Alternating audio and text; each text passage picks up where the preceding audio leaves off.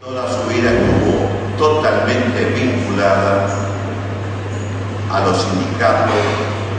Es uno de los pocos pensadores que tenemos en el campo sindical.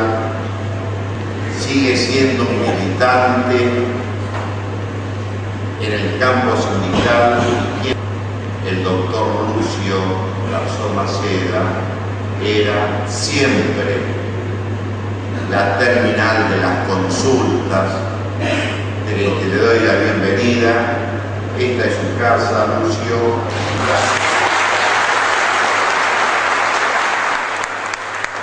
El modelo sindical argentino tiene la característica de que fundamentalmente está centrado y afirmado en la existencia de los delegados. Hay una doble existencia y representación. Algunos delegados representan al sindicato y otros delegados representan en el lugar de trabajo a los trabajadores de la fábrica, del establecimiento. En lo que hace a los delegados tiene esta característica que espero que sea simple, y es de que los delegados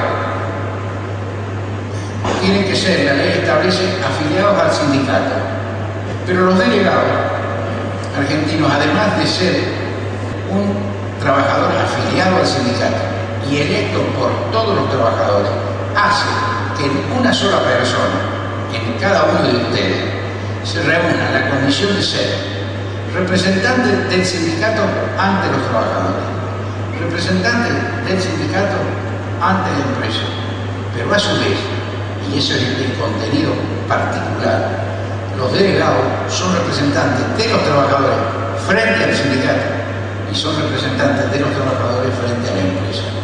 Bueno, hay modelos sindicales que, por haber perdido la noción de la solidaridad, la noción de lo social, por efecto de la división que se produce en el lugar de trabajo entre las dos clases de delegados, se debilita esencialmente el profundo colectivo, la fuerza del colectivo social, y por ende se debilita la fuerza de la solidaridad. Y cuando se debilita la fuerza del colectivo social y se debilita la fuerza de la solidaridad, prácticamente lo que se debilita es la organización sindical en sí misma, y lo que es más, se debilita la posibilidad de construir un futuro mejor, porque el conflicto está determinado por la distinta ubicación que tienen los trabajadores respecto de sus empleadores. Mientras los empleadores procuran pagar lo menos que se pueda, los trabajadores, por medio de sus instrumentos sociales, fundamentalmente son sus delegados y sus sindicatos, procuran obtener el mejor precio. Entonces, esa rivalidad, digamos, de intereses hace que permanentemente exista un conflicto.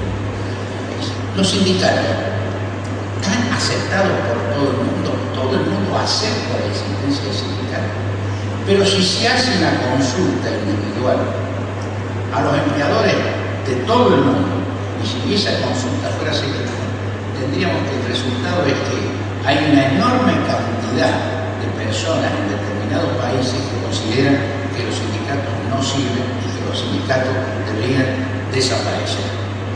En el juego de ese conflicto de lógica entre la lógica del empleador y la lógica sindical o social de los trabajadores, siempre está presente cualquier artimaña dirigida al debilitamiento de la expresión social de los trabajadores.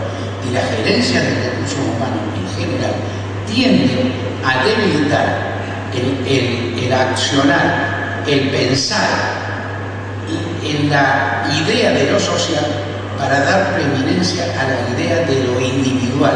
Entonces, terminar con la filosofía del sindicato, que es una filosofía social, y afianzar el pensamiento individual de cada trabajador sobre la base de la acción cotidiana de la gerencia de recursos humanos.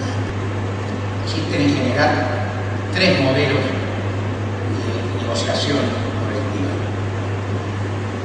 El modelo de negociación a nivel de la empresa, el modelo a un nivel intermedio, negociación por industria, por actividad, o en un nivel súper concentrado, en la cúspide, una negociación que desarrolla exclusivamente la central sindical de cada país con el conjunto de empleadores.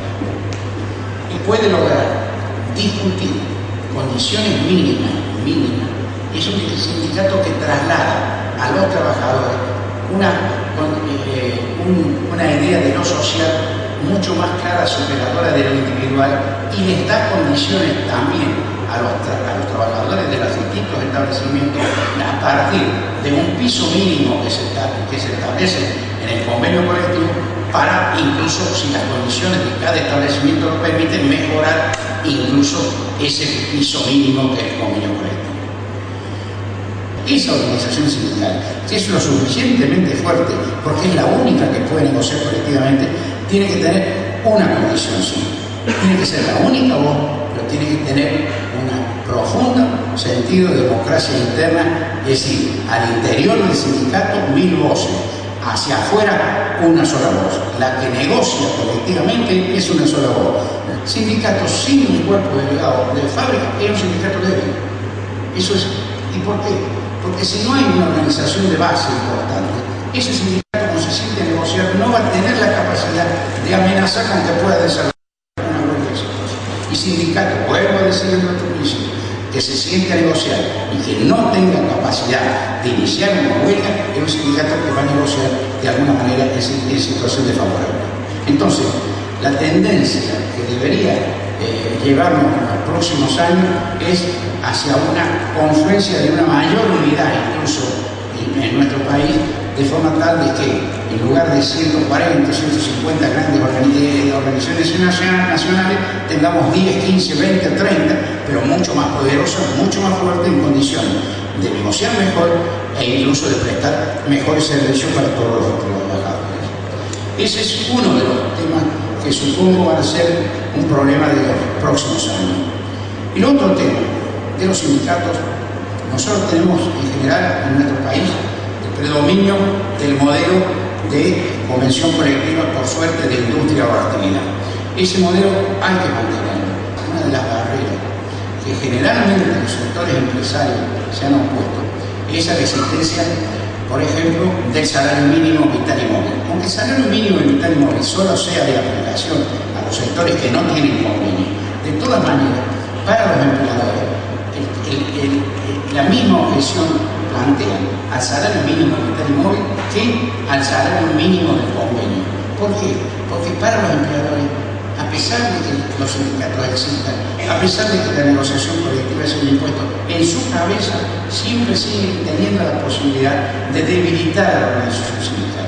Y saben que una forma de debilitar a la organización sindical es hacer desaparecer las condiciones mínimas y universales para todo un sector de industria o actividad.